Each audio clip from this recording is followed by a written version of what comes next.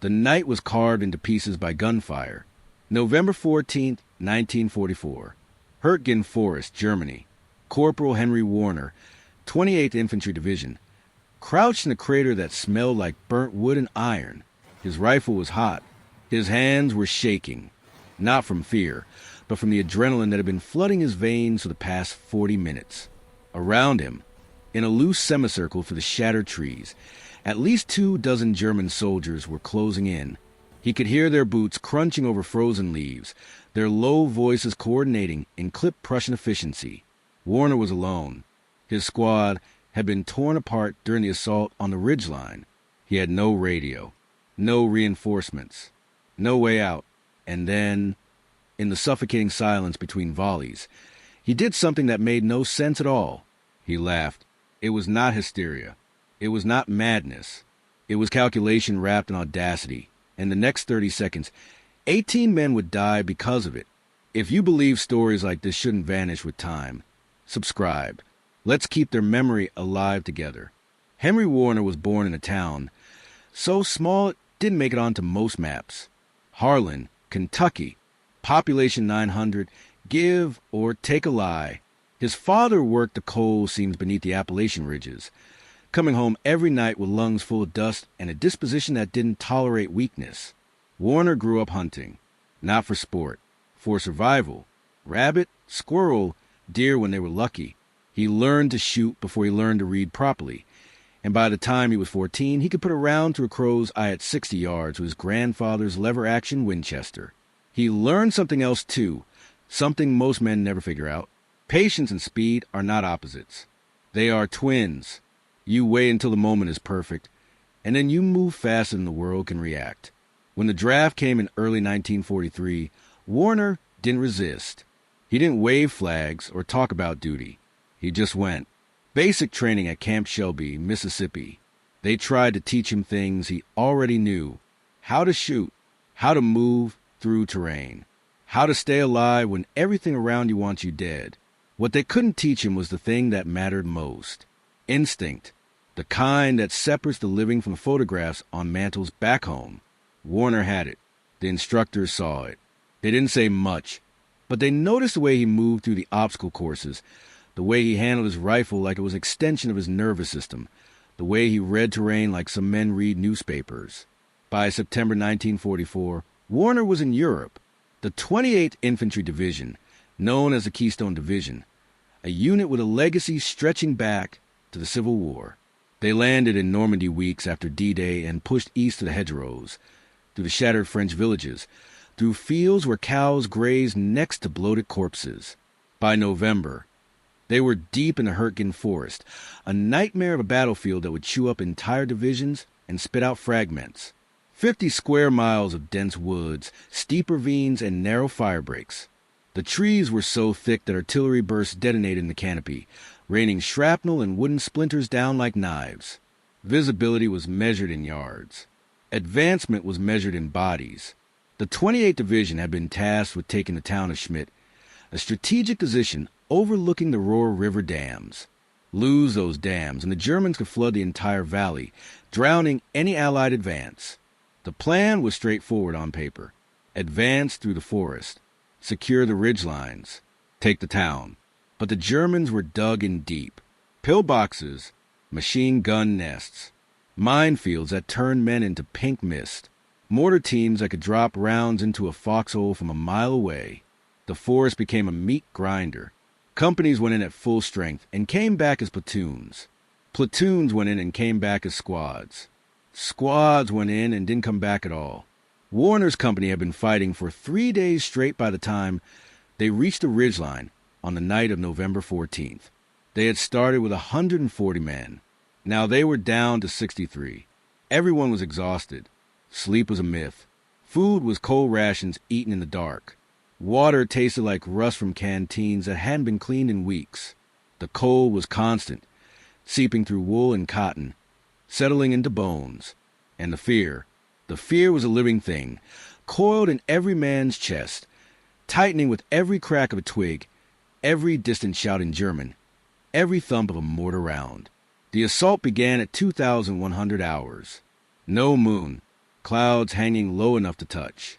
Warner's squad, led by Sergeant Paul Dietrich, was tasked with clearing a German trench line that ran along the southern edge of the ridge. Intelligence said it was lightly held. Intelligence was wrong. The moment they moved out of the tree line, the night exploded. Machine gun fire from 3 directions. Mortars bracketing their position within seconds. Flares popping overhead, turning the darkness into a flickering white hell. Men dropped. Some screamed. Some didn't. Warner hit the ground and rolled into a shell crater, his rifle clutched tight against his chest. He could hear Dietrich shouting orders somewhere to his left, but the words were swallowed by the noise. Warner stayed low. He counted the machine gun positions by sound and muzzle flash. 2 MG-42s, maybe 3, firing in overlapping arcs. Standard German doctrine. Deadly effective. He could see shadows moving through the trees ahead. German infantry advancing to flank the survivors. His squad was breaking apart. Some were retreating. Some were pinned. Some weren't moving at all. Warner made a decision. He couldn't go back. The machine guns would cut him down. He couldn't stay. The flankers would finish him. So he went forward. He moved in short bursts, using the craters and fallen trees for cover, keeping his profile low. He could hear the Germans shouting to each other, coordinating their sweep. They were confident. They had the Americans pinned and bleeding. Warner reached a shallow ravine and dropped into it, pressing his back against the frozen earth. His breath came in short, controlled bursts. His hands were steady now. He checked his rifle. M1 Garand, 8 rounds in the clip. He had 2 more clips in his belt. 24 rounds total. He had his bayonet. He had 3 grenades. And he had something else. He had a plan. The Germans were moving in a loose line through the trees, maybe 25 yards away. Warner could see their silhouettes against the faint glow of the flares behind them. He counted. At least 20 men. Maybe more. They were spread out, moving carefully, checking every crater and tree line. They expected resistance. They expected Americans to be hiding, waiting to ambush them. What they didn't expect was for one man to be waiting in the open. Warner climbed out of the ravine and stood up, not crouching, not hiding, standing, right in the middle of their line of advance. And then he laughed. It was loud, clear, echoing through the trees. A full, genuine laugh, like someone had just told him the funniest joke he'd ever heard. The Germans froze. For a moment, the entire forest seemed to pause. The shooting stopped. The shouting stopped. Everyone was trying to figure out what the hell they had just heard. Warner used that moment. He threw his first grenade. Not at the center of the line. At the left flank. The explosion tore through 3 men before they could react. Before the echo faded, Warner was moving. He sprinted forward, not away, directly into the German line. His rifle came up, and he fired. 1 round. A German soldier dropped, the back of his head gone. 2 rounds. Another man folded in half, clutching his chest. 3 rounds. A soldier trying to bring his MP. 40 around took the bullet through the throat. Warner didn't stop moving. He was inside their formation now, too close for them to fire without hitting each other. He swung the rifle like a club, smashing the stock into a man's jaw, feeling bone crack under the impact. Another soldier lunged at him with a knife. Warner sidestepped, drove his bayonet up under the man's ribs, twisted, and pulled it free in one smooth motion. He threw his second grenade. It landed at the feet of a cluster of soldiers trying to regroup. The blast lifted 2 of them off the ground and shredded the legs of the third. Warner kept moving, firing, stabbing, smashing. He was a storm in human form, and the Germans couldn't process what was happening fast enough to stop it. A bullet grazed his shoulder. He barely felt it. Another soldier came at him from the right. Warner spun, fired point blank into the man's chest, and used the body as a shield as another burst of MP-40 fire ripped past him. He dropped the corpse and charged the shooter, closing the distance in 3 long strides. The German tried to backpedal, tried to bring his weapon around, but Warner was faster. He drove the bayonet through the man's stomach, lifted him off the ground, and let him slide off the blade. Warner's rifle was empty. He didn't reload. No time. He dropped it and drew his pistol. A Colt M1911, standard issue, 7 rounds. He fired twice into a soldier trying to flank him from behind. The man collapsed. Warner turned and fired again. Another soldier down. He threw his third and final grenade. It arced through the air and landed in the middle of the remaining group. The explosion was deafening. Shrapnel whined through the trees. When the smoke cleared, 4 more men were down, dead or dying. Warner picked up a German MP-40 from one of the bodies and kept moving. He fired in controlled bursts, clearing the remaining soldiers one by one. Some tried to run. He shot them in the back. Some tried to fight. He killed them before they could pull the trigger. Some tried to surrender. He didn't stop. There was no room for mercy in that moment, no space for hesitation. This was survival stripped down to its rawest form. Kill or be killed. And Warner chose to kill. 30 seconds after he had laughed, the shooting stopped. Warner stood in the middle of the carnage, breathing hard, covered in blood that wasn't all his. Around him, 18 German soldiers lay dead or dying. The rest had scattered into the forest, their confidence shattered. Warner dropped the MP-40 and retrieved his rifle. He reloaded it with shaking hands, not from fear, but from the adrenaline crash that was starting to hit him. His shoulder burned where the bullet had grazed him. His ribs ached from impacts he didn't remember taking. His ears were ringing so loud he could barely hear his own breathing. He didn't wait around.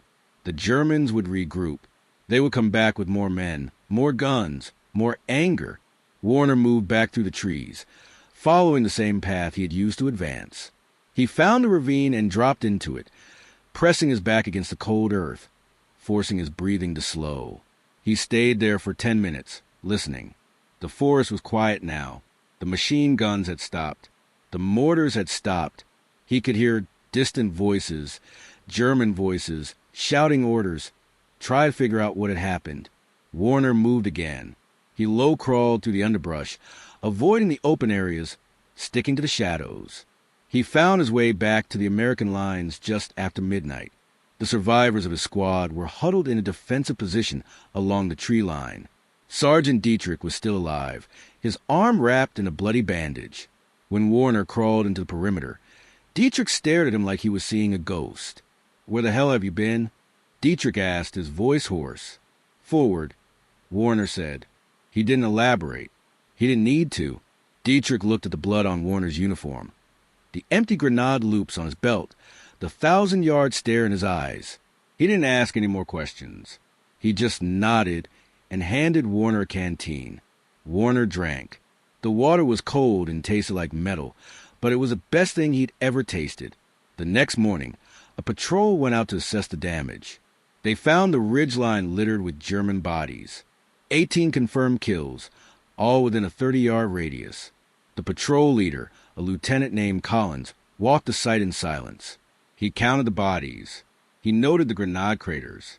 He saw the bayonet wounds, the close-range gunshot wounds, the sheer brutality of what had happened. When he came back, he pulled Warner aside. "Was this you?" Collins asked. Warner nodded. "All of it?" "Yes, sir." Collins stared at him for a long moment. Then he shook his head.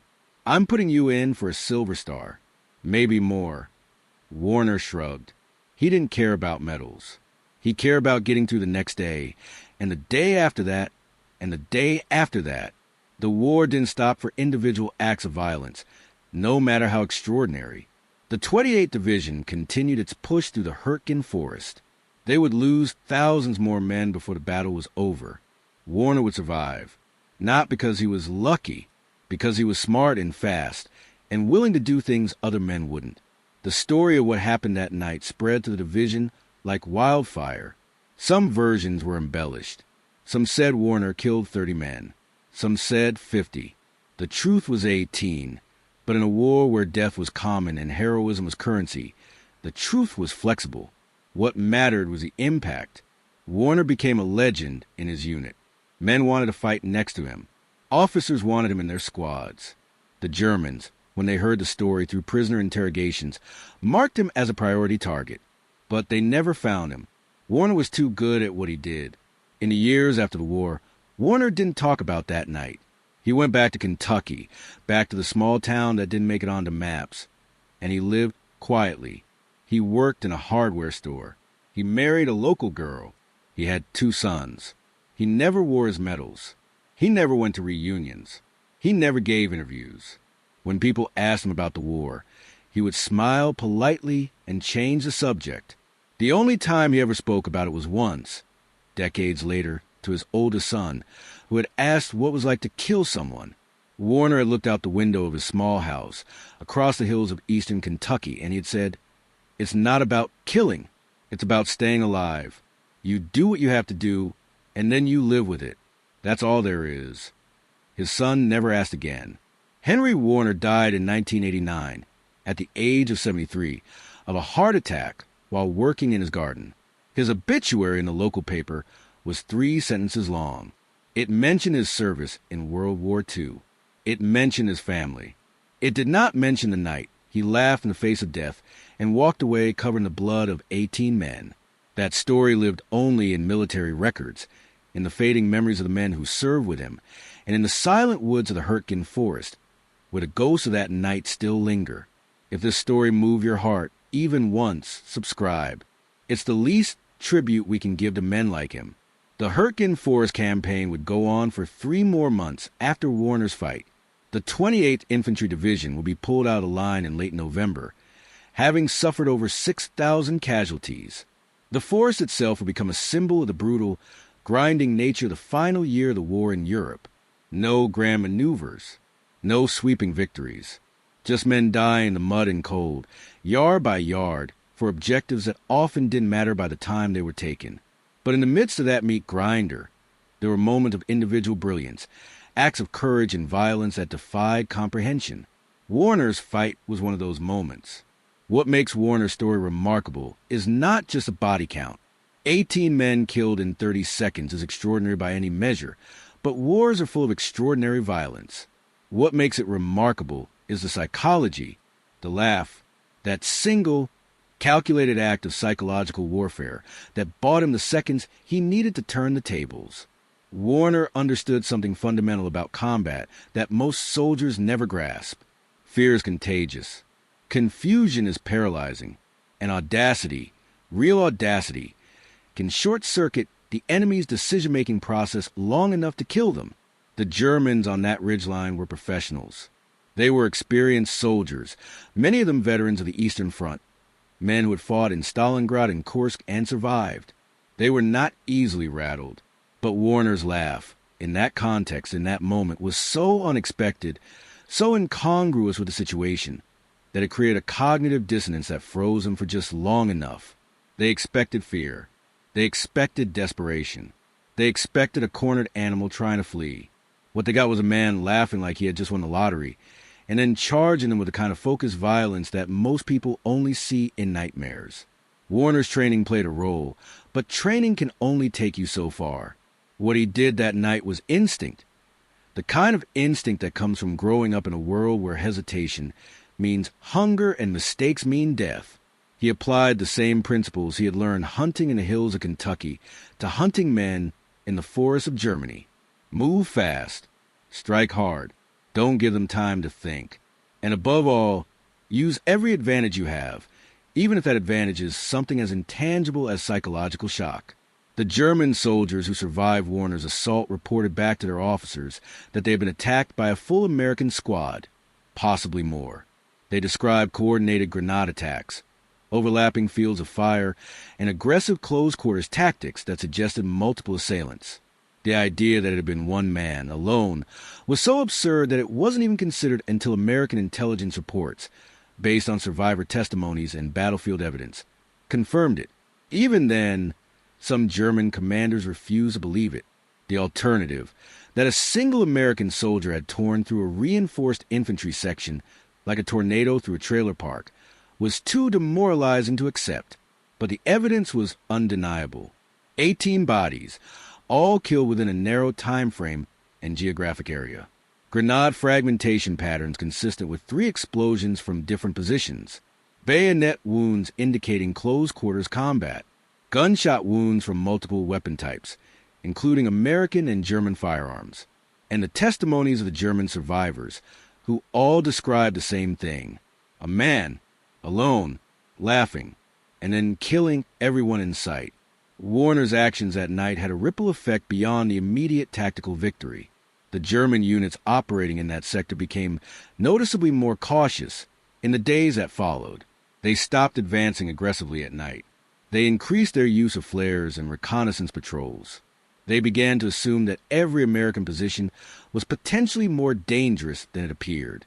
This caution slowed their operations, gave the battered American units time to regroup, and ultimately contributed to the 28th Division's ability to hold its positions long enough to be relieved. There is a broader lesson in Warner's story, one that applies far beyond the battlefields of World War II. Individual action matters. In the chaos of combat, in the fog of war where nothing goes according to plan and everything is improvised, one person with the right combination of skill, courage, and audacity can change the outcome. Warner didn't have air support. He didn't have artillery.